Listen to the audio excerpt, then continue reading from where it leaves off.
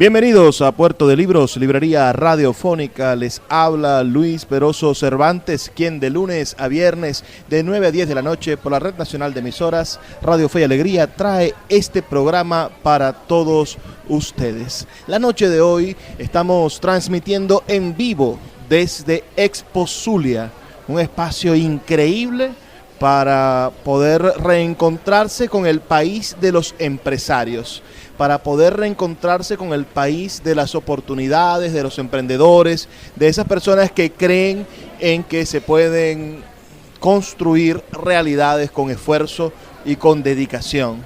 También la noche de hoy tenemos un invitado muy especial, un hombre que se mueve entre el mundo académico porque nació y creció en un hogar completamente académico, pero también se mueve por el mundo empresarial y por la parte gremial empresarial que parece a veces estar como, o por lo menos el discurso político constante de los últimos 20 años ha intentado demonizar al empresario, cuando hoy nos damos cuenta que sin el empresario es cuando realmente estamos en un infierno. Cuando el empresario se debilita, en ese momento empezamos a pasar penurias y empezamos a padecer como sociedad. Este hombre, además, es uno de los hombres más cultos de esta ciudad, más relacionados con la sensibilidad y es alguien que cree en darle oportunidades a las nuevas generaciones. Y ustedes dirán, bueno, ¿quién es este hombre? Que además es guapo. Entonces, es mi amigo Jesús Lombardi. Bienvenido, Jesús, a Puerto de Libros, librería radiofónica. Gracias, Luis. Gracias a ti por esta oportunidad de conversar, además en un espacio tan icónico como es Expo Zulia, que para todos los zulianos es un momento de disfrutar el emprendimiento regional, en un momento donde pues la ciudad converge alrededor de la Feria de la Chiquinquirá. O sea que de verdad que es una oportunidad privilegiada estar en tu programa. Jesús, hay que remontarnos a ese ya lejano, quizá no tan lejano, año de 1969 en el que naces. Naces en la ciudad de Maracaibo. Correcto, Maracaibo, aquí en el 69, en la Clínica Paraíso, allá en la avenida Baral, en toda la esquina, que ahorita se mudó luego a la avenida Universidad. Tus padres, la poeta Lilia Boscán de Lombardi, el profesor Ángel Lombardi, quienes han demostrado ambos en todo su recorrido vital que se puede amar a la ciudad, se puede invertir el tiempo y la vida y al mismo tiempo de ser personajes públicos, porque eran absolutamente públicos, también tener una familia a la vieja usanza, quiero decir, una familia con todos los valores, una familia que mantiene las tradiciones y que prefiere permanecer unida ante todas las cosas. ¿Cómo fue crecer primero en esa familia tan grande? Ustedes son 10. Sí, mira, yo te pudiera decir que el aprendizaje de vida que puedo rescatar de ver el ejemplo que tengo en mis padres ha sido primero la particularización que nos dieron a cada hijo. O sea, a pesar de ser 10 hijos, ellos nos prestaban atención y veían cuáles eran las fortalezas, las virtudes de cada uno de nosotros por separado, y eso lo trataban de acompañar. O sea, si por ejemplo, si a ti te gustaba, no sé, el fútbol, entonces tú eras apoyado en el fútbol, eras incentivado a que fueras a entrenar, o sea, había un acompañamiento en todo momento. Obviamente somos 9, una de mis hermanas falleció lamentablemente muy chiquita, somos 9 que estamos vivos, y todos somos carreras distintas, en todos de alguna manera, gracias a Dios, hemos sido constantes en ser buenos profesionales, y eso básicamente es la formación de los valores familiares, o sea, donde sabemos que si no es a través de ti mismo, de tu estudio, de tu constancia, de tu empeño, que no puedas lograr nada. O sea, tuviste una educación privilegiada. No tengo claro quizá ese panorama, pero en base a esto que nos cuentas, háblanos un poco de dónde estudiaste. Sé que tuviste la oportunidad de conocer muy niño los museos en Europa, de poder ver, entrar en contacto con múltiples culturas. Es decir, que tuviste la educación que le puede brindar un padre universitario y una madre universitaria responsables. Tus padres no eran de ninguna manera hombres y mujeres ricos, es decir, no eran de la perseguida y demonizada burguesía, todo lo contrario. Tu papá, hijo de zapatero, joven con el oficio de zapatero, se formó en la universidad y llegó a ser el hombre que llegó a ser gracias a su conocimiento. Obtuvieron la beca ambos para viajar y tener sus doctorados porque sacaron 20 sobre 20 y la universidad tenía un premio que premiaba a los jóvenes que tenían notas excelentes. Es decir, todas las oportunidades se las sudaron y a ustedes les brindaron esas oportunidades. Háblame de tu experiencia, de tu formación infantil y juvenil. Ese muchacho tan preocupado por el arte, tan sensible, además tan cercano a tu mamá, la más poeta y más poética de todos, porque tu papá es un historiador bastante pragmático. Así es, fíjate, mi formación y me honra estar aquí en Fe y Alegría en esta emisora, porque mi formación es jesuita, ¿sabes? Jesuítica. Yo me formo en el Colegio Gonzaga, que empieza en el Milagro, luego un año se muda al barrio San José, a los Postes Negros, y en ese año me mudo al Colegio El Pilar.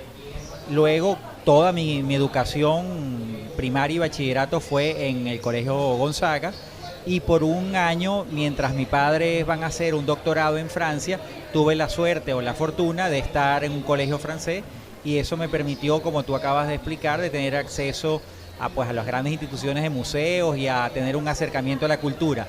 Y ya luego, a nivel profesional, ya cuando uno estudia, empieza a trabajar, pues cada vez que tenía oportunidad de viajar, te nutres de todas las culturas que uno va viajando.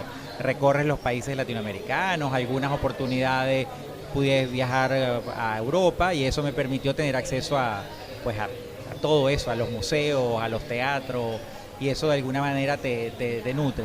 Pero sobre todo, más que esa experiencia que uno va teniendo luego de adulto, está la educación familiar, o sea, estar en una familia, como tú dices, papá y mamá, profesores universitarios, con una vocación humanista, mamá profesora de letras, papá historiador, es necesaria que a los hijos de alguna manera siempre nos estaban transmitiendo todo ese conocimiento en las conversaciones diarias, no como clase, sino que uno pregunta, mire papá, que no sé, ¿qué pasó en la Revolución Francesa? Entonces para nosotros eso era una clase magistral de una persona que obviamente estudia todos esos temas.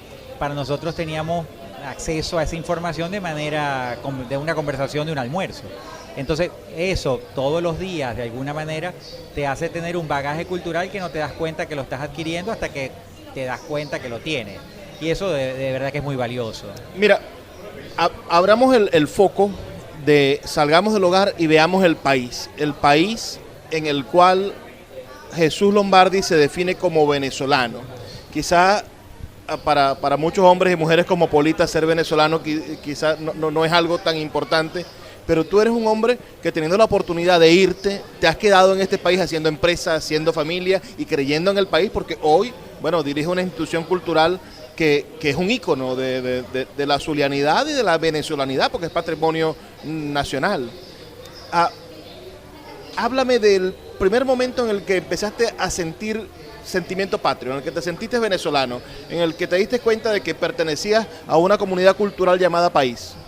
Fíjate, lo que más está en mi ADN, en mi memoria, está el rechazo de papá, siendo italiano, inmigrante, con una familia de italianos que vienen a buscar la posguerra en Venezuela y se refugian en Venezuela, y Venezuela les da la oportunidad de hacer vida, de formarse, de ser profesionales, de hacer una carrera, cada uno de ellos, de mis tíos, y de tener de alguna manera fortuna en el sentido bien visto, o sea, fortuna de tener todas las necesidades cubiertas, y todo eso se los dio el país. Entonces, desde niño yo siempre escuché a papá de decir que vamos a decir la palabra que no debiera decirlo, pero como una maldición era ser extranjero, y que él no le deseaba eso a nadie. Entonces, eso de niño, crecer con eso, todos los días recordarte que a pesar de ser, como te digo, sangre italiana, decir yo soy venezolano y defender el patriotismo venezolano y crecer con eso, pues obviamente me da a mí unas raíces que nadie puede negar. Luego mi madre, andina, de Valera, que los andinos son mucho más regionalistas que quizá muchos de los venezolanos, muy arraigados a los valores, fue otra gran enseñanza. Y por último, yo, mi vocación o mi visión empresarial, busco oportunidades, y yo siempre en los viajes que tuve a lo largo de mis empresas veía que las oportunidades estaban en el país, porque ¿qué son oportunidades para un empresario? Pues ver mercados potenciales, ver que las cosas están sin hacerse, ver que se puede vender, que se puede hacer servicio, que se puede hacer cosas donde no las hay. Y esa es la gran oportunidad que yo siempre le he visto y le sigo viendo a Venezuela, ahora, antes como empresario con mis empresas y ahora al frente del Teatro Baral. O sea que es tanto lo que se puede hacer que esa es la ventaja de quedarse aquí en Venezuela. Obviamente quizá el confort y la estabilidad en otros lugares se va a encontrar, pero aquí creo que mientras uno pueda trabajar y lograr ese mismo confort, pues jamás me pensaría en ir. Estamos conversando esta noche con un prohombre moderno, es decir, con esta generación de relevo de los prohombres, podría decir. Si en la administración cultural hace algunos años teníamos a una Lía Bermúdez o teníamos a un Oscar Damper, hoy tenemos a un Jesús Lombardi frente al Teatro Baral. Vamos a hacer una pausa de 2 minutos y ya volvemos con más de Puerto de Libros, Librería Radiofónica. Seguimos en Puerto de Libros, Librería Radiofónica, esta noche compartiendo con el arquitecto, empresario, gestor cultural, coleccionista, melómano, Jesús Lombardi. Jesús, te llaman los que te quieren mito. Algunos hacen teorías de la conspiración sobre por qué te llaman mito, ¿no? Escuché a alguien que decía, no, porque él era mamito, así todo al lado de la mamá y por eso lo llaman mito. Es decir, ¿cuál es la historia detrás de ese sobrenombre familiar? Porque todo el que te llama así es porque llegó a la casa de tus padres, porque te vio crecer, porque casi algunos te cargaron y te llaman mito. Y tu papá te ve y te dice, mito, ven acá, frente a todo el mundo, siendo ya tú un hombre hecho y derecho. Así es, Luis. No, mira, la mito, inclusive hay gente que no sabe que me llamo de otra manera. No me llamo, para ellos no me llamo Jesús, porque no saben que me llamo Jesús. Para ellos me llamo mito. Pero básicamente el mito viene de hermanito. Mi hermano mayor no me sabía decir hermanito, y decía mito. Y una manera de papá, yo era muy tremendo seguramente, de niño, no prestaría atención a mi nombre. Seguramente ellos verían que le prestaba atención al hermanito, al mito de mi hermano, y me decían mito. Y de alguna manera eso era como que ahí yo escuchaba el don de mando de mi padre y mi madre, pero viene de ahí realmente. Y ahí quedó como un nombre cariñoso, pero no tiene más nada, no tiene otra significación. No hay tremendura detrás, aunque, ¿cómo, seamos en el ámbito familiar, cómo era tener de hermano mayor a Ángel Rafael? Ángel Rafael fue mi profesor en la universidad, un profesor totalmente irreverente como profesor. ¿Cómo era de hermano mayor? Como hermano también irreverente. Peleábamos mucho. Háblame de la decisión de estudiar arquitectura. Hay un momento en el cual, bueno, se nos presenta esa difícil decisión, cientos de carreras. ¿Tú sabías que querías ser arquitecto o quizás fue un escape para conseguir la mezcla entre el arte y lo técnico? ¿Qué pasó? ¿Cómo llegaste a estudiar arquitectura? Sí, fíjate que la mente de un arquitecto, y es un denominador de todos los que son arquitectos o estudian arquitectura, es una mente muy pragmática, muy organizada, muy de buscar el orden, el equilibrio en el espacio, y por eso muchas veces funcionamos también en las cosas, los trabajos empresariales, porque el empresario se supone que lleva todo a un método. O sea, el empresario tiene una idea, tiene una visión, tiene un sueño, y si no lo lleva a aterrizar a algo pragmático, pues no logra el objetivo. Entonces, el tema, yo siempre jugaba de niño, pues armando ciudades, jugué con libros, hacía que las paredes, los edificios, ponía un libro sobre otro, porque en la casa había muchos libros, y eso eran mis juegos, pues construir con los libros los espacios que yo iba recreando y me agachaba y los veía adentro y me imaginaba cosas espectaculares. Luego, obviamente, cuando te toca estudiar la arquitectura, entonces, pues, te toca el cálculo, te toca todo, pero siempre enfocado, en mi caso, a la parte del espacio. Y luego, en mi carrera empresarial, me sirvió muchísimo ese orden. Por eso hablan de que los grandes planificadores son siempre arquitectos. Y al lado de los grandes políticos, los grandes estadistas, siempre vas a encontrar arquitectos al lado. De hecho, hablan que Dios fue un arquitecto porque creó el mundo y siempre se ha creído que la arquitectura es el creador, el que hace, el que planifica. Mira, el arquitecto del mundo, llaman los masones a Dios. Es interesantísimo. Mira, ¿qué tiene tu firma en esta ciudad? Yo sé una. Tu firma está en parte de la construcción del Lía Bermúdez. Lo que pasa es que ese cuento es muy interesante. ¿Cómo está el recién graduado jovencito Jesús Lombardi en parte de la definición de lo que es un centro de arte, de transformar un mercado popular en un centro de arte? Pero ¿qué más lleva la firma de Jesús aquí en la ciudad? ¿Dónde está tu huella como arquitecto? Fíjate, en el edificio Fe y Alegría, en la emisora, es uno de mis primeros proyectos que hice jovencito, estaba apenas empezando a trabajar. Pero bueno, hay muchos proyectos, pero como tú acabas de nombrar, el Centro de Arte Lía Bermúdez fue una gran experiencia, porque en ese momento yo estaba estudiando y tenía Lía una necesidad de tener a una persona al lado del arquitecto José Espósito, que fue el gran arquitecto del Centro de Arte Lía Bermúdez, que en ese momento pues la obra tenía algunas trabas y Lía necesitaba pues que alguien de su confianza se enterara cuáles eran esas trabas. De alguna manera me involucré tanto que terminé yo gerenciando la obra, terminando el proyecto, terminando una cantidad de cosas que me dio un bagaje bastante importante de ver la arquitectura en un ámbito tan técnico como es el centro de arte, porque siempre la arquitectura es espacio, es forma, es elemento constructivo, pero en un teatro, igual que en un hospital, lo técnico prevalece, o sea, la acústica, en el caso del centro de arte, todo el sistema de tramoya, el sistema de butacas que son retráctiles, todo ese aprendizaje en hacerlo dentro de un galpón a 19 años de edad que yo tenía, fue una gran experiencia que me abrió, debo confesarte, Luis, los ojos a la visión empresarial. Porque estando ahí me doy cuenta de que habían una cantidad de cosas que yo quería colocarle al edificio y no había proveedores. Entonces me abrió los ojos y yo dije, bueno, aquí hay una oportunidad, aquí hay un mercado. Y cuando salgo del centro de arte, pues es donde me empiezo a desarrollar como empresario, viendo que en la construcción de los revestimientos había un mundo por desarrollar. Todos los empresarios exitosos cuentan a veces con más orgullo sus fracasos que sus éxitos, porque es que de los fracasos es donde se aprende realmente.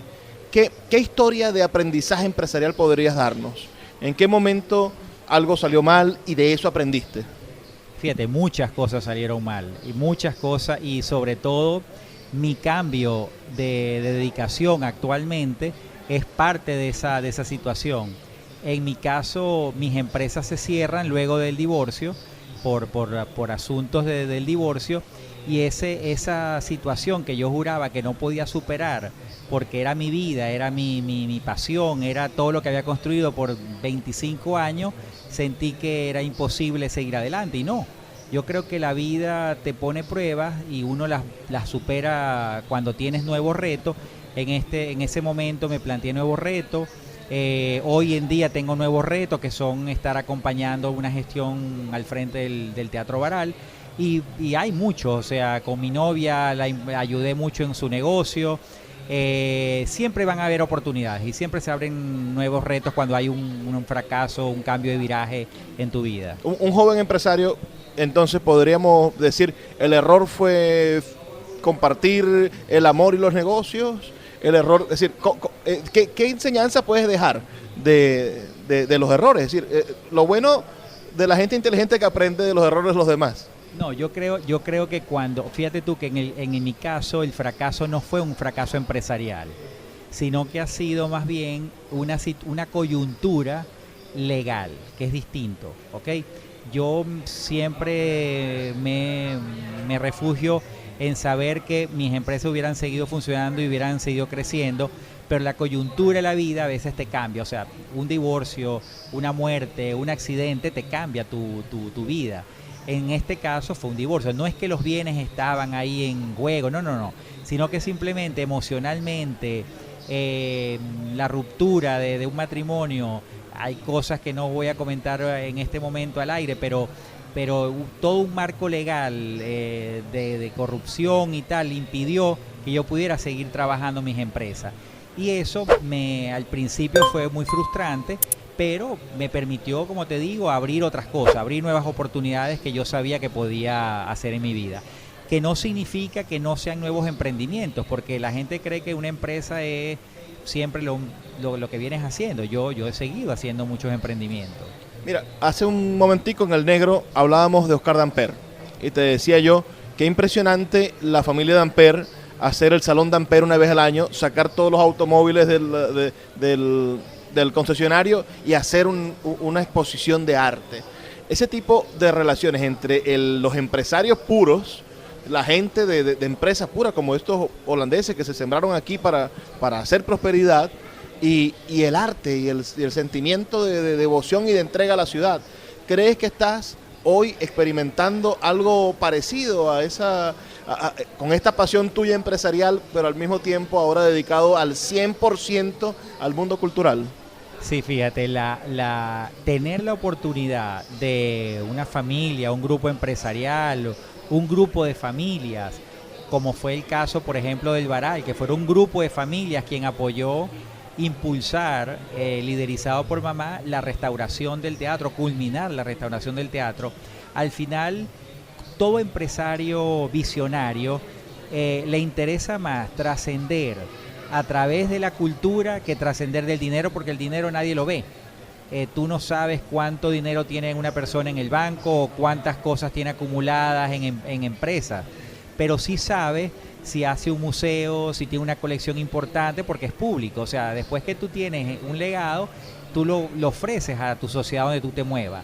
Por ejemplo, si tú eres un empresario, eres una persona, no tiene que ser empresario, eres una persona que te interesa proyectar algo, tú lo haces a través de la música, de la danza, y eso trasciende muchas veces mucho más que cosas egoístas, privadas, que a veces sucede. Entonces, yo creo que esa filantropía que nombras de Oscar Damper, que le sembró a su papá, y su papá obviamente como hombre empresario dijo, bueno, sí, es preferir trascender en vez de vender carros. Fíjate que nadie se acuerda de los carros de ellos, pero ahí está lo que dejaron con el Centro de Bellas Artes y el Bellas Artes, un grupo de familias que se acercaron en ese momento a las petroleras con Shell, que lograron gestionar la donación del terreno y la construcción posteriormente. Bueno, eso es una visión trascendente, porque ahí está, cuántos niños no se han graduado de ese colegio, cuántas instituciones, cuántas orquestas, cuántos grupos, cuántos artistas no se han presentado en esas instalaciones.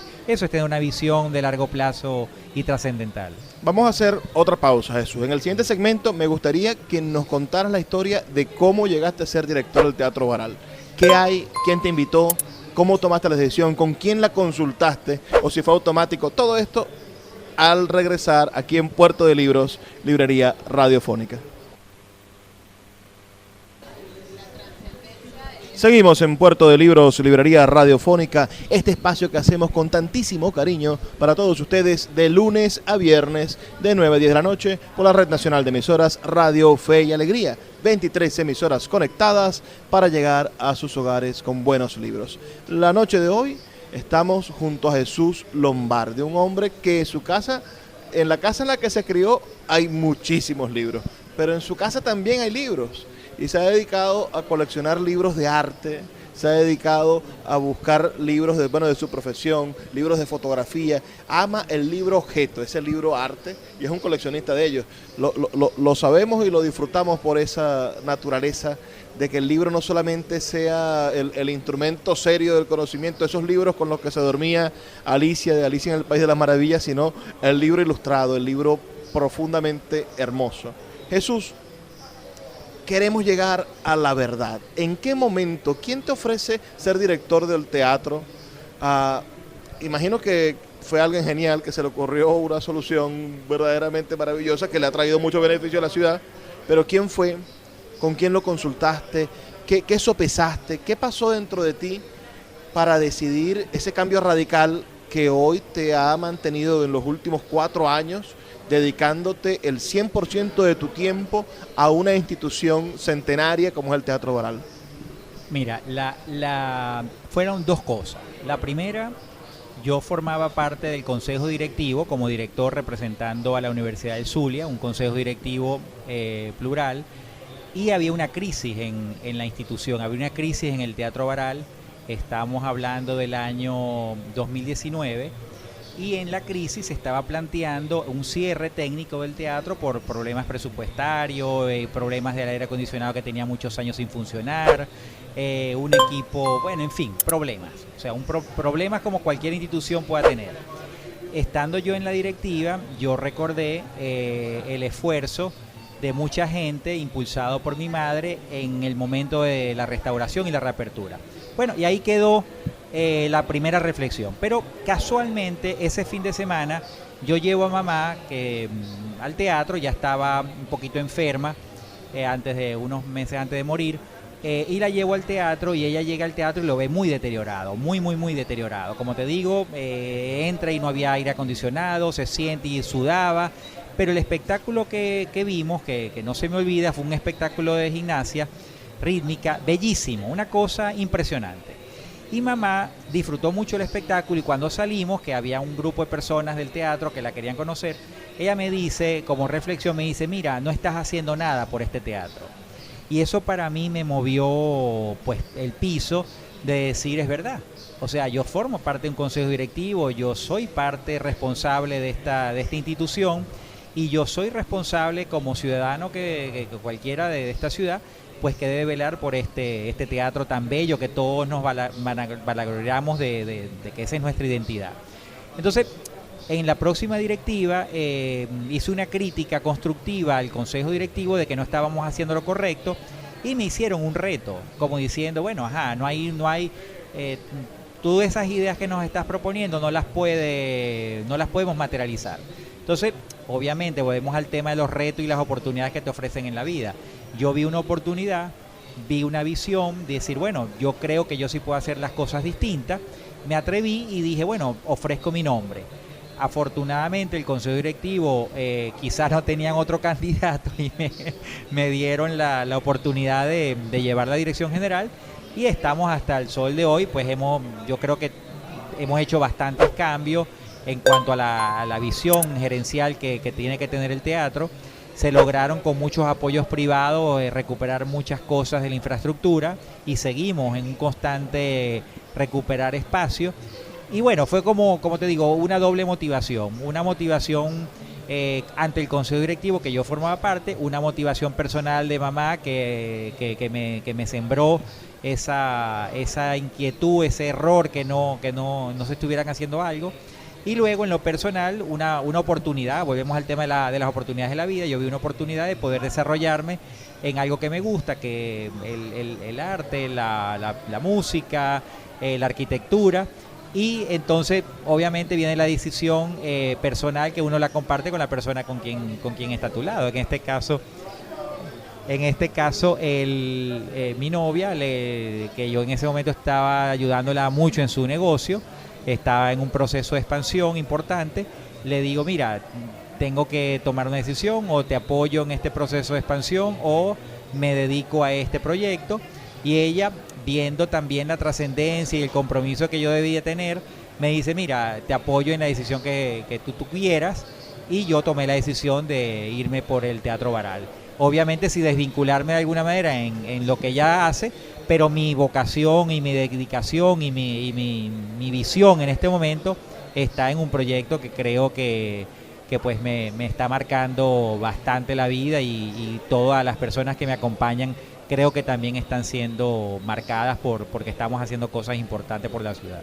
Bueno, para los que no lo sepan, tu mamá fue la presidenta fundadora de la Fundación Teatro Baral, esa institución que crea la universidad para rescatar el teatro, para construir en el teatro un espacio para la ciudad.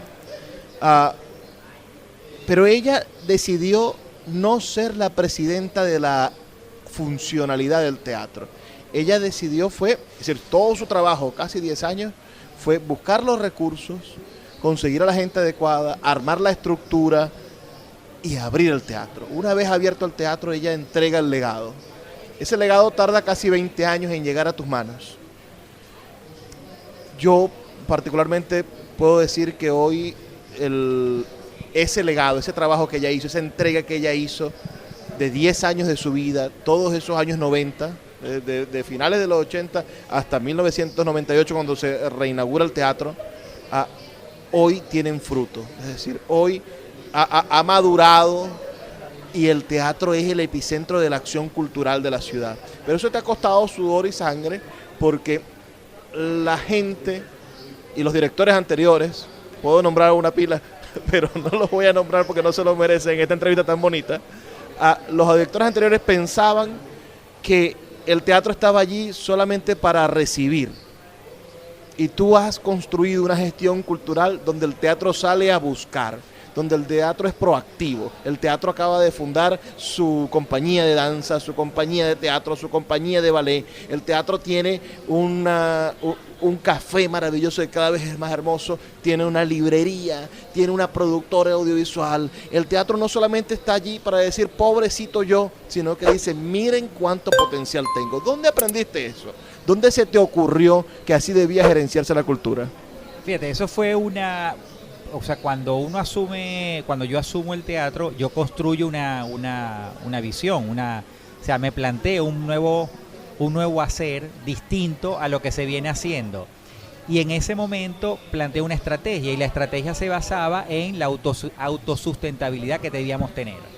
Y bueno, y ahí me puse a trabajar, o sea, parte de esas compañías, hoy danza, teatro, ballet, canto, próximamente danza folclórica y nacionalista, títeres y marionetas, todo eso hace que tenga vida el teatro, porque tú puedes ir cualquier día y vas a encontrarte una cantidad de talentos de artistas ensayando, produciendo contenidos para nuestros espectáculos. Eso hace que el teatro tenga vida. Y lo hace rentable, lo hace sustentable, porque no hay peor que, no sé, una institución que no produzca conocimiento, que no produzca eso. O sea, si somos una vocación universitaria, tenemos que producir conocimiento, en este caso conocimiento de las artes, en este caso eso es lo que estamos haciendo. Y luego mi toque empresarial, obviamente, o sea, nosotros los empresarios, todos son números, o sea, todo tiene que ser medido, todo tiene que tener indicadores, y yo me baso mucho para el día a día gerenciar el teatro. O sea, por eso de alguna manera uno ve que el teatro ha ido recuperándose. Y lo que tú dices, hoy en día, lamentablemente, digo lamentable porque el deber ser de las instituciones públicas es apoyar un edificio monumento nacional y patrimonio. No recibimos apoyo de ninguna institución pública, cuando el deber ser es, bueno, ustedes están invirtiendo en la gente, en el recurso humano, en producir talentos para las artes escénicas.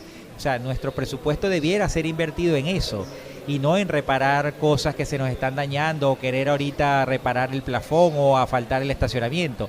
Para eso están las distintas instituciones que tienen muchos presupuestos mayores que los nuestros.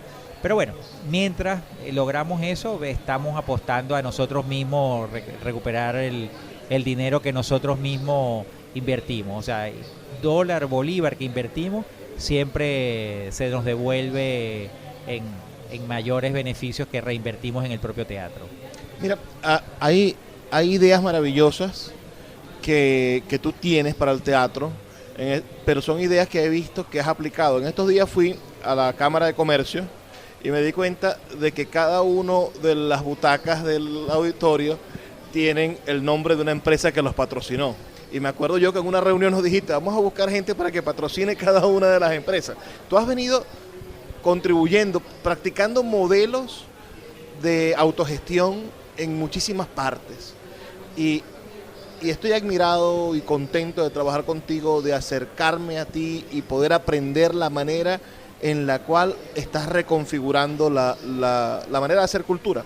Creo que en el siguiente segmento me gustaría que habláramos sobre cuál podría ser un modelo de gestión cultural para lo público. Hoy tú estás en un espacio público. El Teatro Baral es una fundación, pero una fundación de la universidad, es público.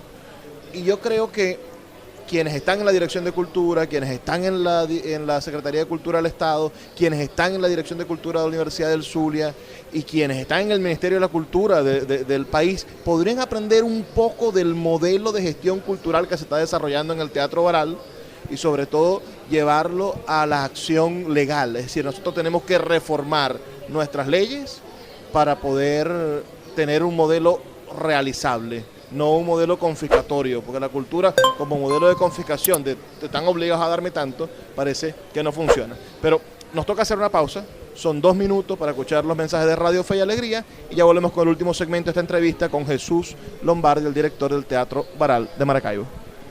Seguimos en Puerto de Libros, librería radiofónica, ya en nuestro último segmento de esta entrevista con el arquitecto Jesús Lombardi, director del Teatro Baral de Maracaibo desde hace unos 4 años.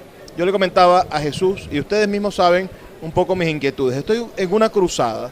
La cruzada es que tenemos que tener, primero, ideas realizables de la cultura y que estas ideas vayan a convertirse en ordenanzas, en leyes regionales y en leyes nacionales. Existe una ley orgánica de cultura que es inaplicable. El gobierno promulgó, el mismo chavismo promulgó una ley orgánica de cultura y no la cumple porque hay un Fondo Nacional de Cultura de tantos cientos de millones de bolívares que nunca se hace y que es letra muerta. Existe en una ley regional de cultura que promulgó también el chavismo con Arias Cárdenas, promulgaron una ley regional de cultura que dice que hay un porcentaje del presupuesto regional que debe de ser aplicado a la cultura, es decir, hablan del 5% de todo el presupuesto regional a la cultura, y ni Arias Cárdenas ni nadie ha querido aplicar eso, ¿no? Y ahora, bueno, el presupuesto reconducido del Estado es una minucia realmente, no creo que llegara a ser significativo, aunque el 5% siempre suena jugoso. Y a nivel municipal en Maracaibo tenemos un problema, tenemos una ordenanza del año 2005 que en su segundo artículo ordena la creación de Fundacultura y en el año 2012 disolvieron Fundacultura. Entonces, del artículo 2 para abajo no se puede hacer nada porque no existe Fundacultura. Entonces, estamos acostumbrados a que la cultura debe de depender del Estado, a que todo grupo que se presente debe tener un subsidio del Estado, a que el Estado debe de ser, en el peor de los casos, lo que sucede hoy, el Estado es el gerente cultural, el Estado es el productor artístico, el Estado es el manager, el Estado es el que hace la gira de medios, el Estado hace todo y finalmente cada vez que el Estado quiere hacer todo, lo hace todo mal. Por eso tenemos la poquedad que tenemos a veces en el mundo de la agenda cultural constante que depende del financiamiento del Estado. Entonces, yo creo que debemos de, aprovechando que la ley de cultura está por allí, aprovechando que la ordenanza de cultura de Maracaibo está vencida, deberíamos montarnos los artistas, los intelectuales, la gente dedicada a la cultura, los gestores culturales, en armar una ordenanza que sí logre ser realista con un modelo de cultura en crisis y que permita que los recursos que un municipio, por ejemplo, el municipio de Maracaibo maneja cerca de $4 millones al mes en dinero de todos, ¿no? En cada una de las cosas que usted va a comprar en una tienda, esa tienda, si paga IVA, paga impuestos municipales, que son 3 o 4%. El IVA son 16 y el resto son impuestos municipales.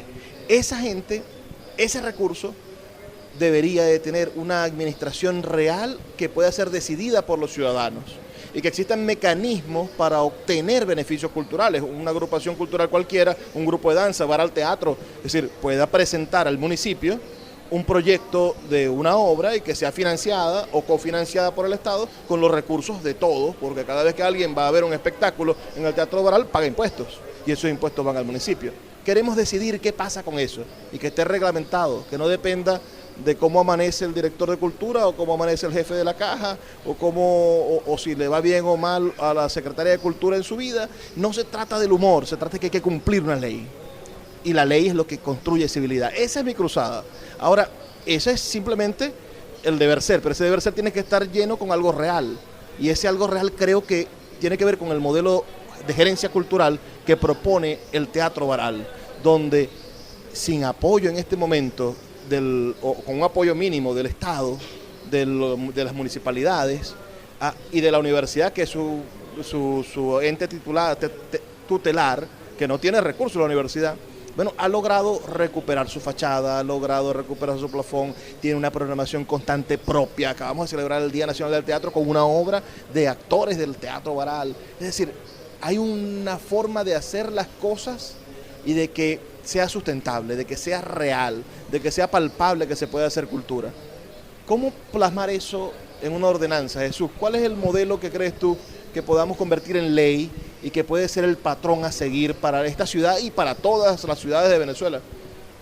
Fíjate, yo planteo un modelo mixto y voy a tratar de explicarlo en 1 minuto, 2 minutos, porque de pronto puede ser complicado, además que no soy tributarista y además que obviamente una ley es complicada explicarla a través de este medio, pero yo te diría que hay dos fórmulas que uno puede meter o incluir en una ley. Una es la ley del presupuesto, obviamente, como tú acabas de explicar, del presupuesto del municipio, del presupuesto de la gobernación, debe haber un monto destinado a la partida cultura y de esa partida cultura debe priorizarse a aquellas instituciones que rinden frutos por la inversión que se les hace. Por ejemplo, si el Teatro Baral, voy a hablar del caso nuestro, ha demostrado que en un año ha constituido 4 compañías con más de 100 personas asistiendo todos los días a ensayar, con 3 espectáculos cada una llevadas al año, con en las tardes unas academias donde recibimos a públicos de niños y jóvenes que van a educarse,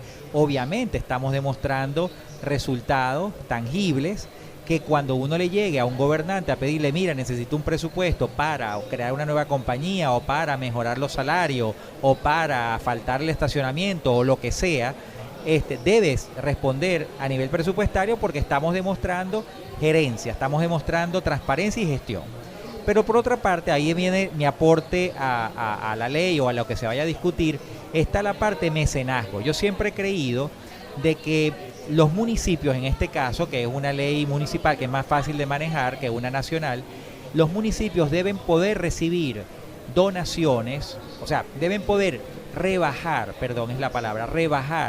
del impuesto a pagar de aquellos contribuyentes, empresas o familias o personas que vayan a pagar algo, si este contribuyente ha dado ese dinero en donación a una institución cultural o a una institución social o educativa. ¿Por qué? Por ejemplo, pongo un caso, vamos a suponer que tú eres una empresa que vende pan y tú de ese pan, de esa empresa te toca pagar, no sé, $1,000 en equivalente en bolívares en impuestos municipales por lo que tú has hecho en el trimestre. Bueno, si tú donas esos $1,000 de pronto al Teatro Baral, el impuesto debiera reconocerse a nivel municipal, no 1.000, debiera reconocerse 1.500. ¿Por qué? Porque se supone que el municipio debe incentivar aquellos aportes o aquellas donaciones que se hacen a áreas que son medulares para el desarrollo de una sociedad, como son educación, salud y cultura. Entonces, si tú fomentas ese tipo de contribuciones, obviamente las empresas se van a ver motivadas a invertir un recurso que además van a monitorear, porque ellos pueden decir, mira, yo te voy a donar esos $1,000 en bolívares equivalentes, te los voy a donar para tu infraestructura, pero además quiero que mis niños y hijos de los trabajadores pues vayan a clases de canto y danza. Entonces viene ahí una sinergia bastante interesante que se empieza a generar porque las instituciones empiezan a salir de la propia sede donde están. Por ejemplo, yo Teatro Baral, si yo tengo esa posibilidad de recibir dinero que va a ser reconocido como pagos de impuestos ante el municipio, pues yo empiezo a hacer núcleos del Teatro Baral en toda la ciudad. ¿Por qué? Porque a mí me interesa que mis maestros pues no tengan que llegar hasta el teatro, sino que si viven en la parroquia, no sé, Olegario Villalobos, en la parroquia Santa Lucía, pues hagamos instituciones ahí del propio teatro que de alguna manera me permitan a mí, primero, reconocer buen talento que luego se pueda llevar a nivel profesional. Segundo, le doy un espacio de esparcimiento y de formación a tantas comunidades. Y tercero, el municipio está generando una cantidad de conocimiento, una cantidad de movimiento en la ciudad cultural, que es lo que al final de cuentas saca a las sociedades de los problemas. Porque un chamo que va a estudiar música, un chamo que va a estudiar o a hacer un deporte o a estudiar en un colegio, pues una persona que en el futuro va a ser una persona de bien, va a ser una persona que le va a aportar al desarrollo de un país. Entonces, volvemos al tema, la ley debiera ser de incentivos fiscales muy sencilla, simplemente que el monto que se pague sea reconocido como mayor. ¿Por qué? Porque tenemos que incentivar pues que estas instituciones puedan recibir, bajo presentación de proyectos, recursos de manera directa. Y no esperando, obviamente, como tú acabas de decir, presupuestos rígidos de instituciones que obviamente las reconocemos. Es difícil de manejar presupuestariamente una alcaldía, una gobernación en un país inflacionario, un país con evasiones fiscales muy grandes, un país dolarizado. Entonces eso hace inviable que la empresa se vea motivada a pagar. Pero la empresa sí se ve motivada a pagar si lo ve cercano. ¿Okay? Ve el fruto de su aporte en algo que va directo a sus trabajadores, a su comunidad o a la ciudad misma. Entonces, no sé, yo lo veo como muy sencillo. Es la libertad de elegir en qué quieres invertir tus impuestos, el principio de la libertad. Seguimos con un Estado que confisca nuestras libertades y debemos ir hacia un Estado que nos permita ser felices y que nos permite elegir en qué queremos gastar nuestros impuestos. Así es, y sobre todo, algo muy importante, el político, ¿qué es lo que busca? Busca es el desarrollo de donde esté como político. En discurso. Pero en el fondo, un verdadero político lo que busca es la prosperidad de una zona. Si es el espacio una ciudad, si es una parroquia, si es un edificio, un condominio, pues tu condominio, si es un estado, un país. Entonces, si ese es el objetivo de un político, que es buscar el progreso, buscar el desarrollo de una sociedad, una comunidad, está comprobado por la experiencia de la historia de la humanidad, que cuando tú inviertes en cultura, educación, salud, deporte, la sociedad avanza. ¿Okay? Hay progreso. Eso nos toca despedirnos. Ya es hora verdaderamente de irnos. Yo creo que deberíamos hacer otro programa muy pronto. Ahora que te vas a titular como locutor, creo que será una buena experiencia. Y quizás hacer el podcast del Teatro Baral que tanto tiempo lo hemos pospuesto, pero creo que sería maravilloso. Gracias por estar aquí con nosotros. Gracias por compartir esta noche con la audiencia de Radio Fe y Alegría. Una palabra para finalizar, Cotica.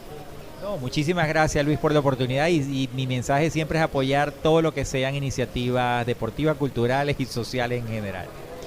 Escucharon a Jesús Lombardi. Me toca despedirme, pero no sin antes recordarles que nos encontramos aquí de lunes a viernes de 9 a 10 de la noche por la Red Nacional de Emisoras Radio Fe y Alegría. Trabajo para ustedes Luis Peroso Cervantes, quien les pide que por favor sean felices, lean poesía.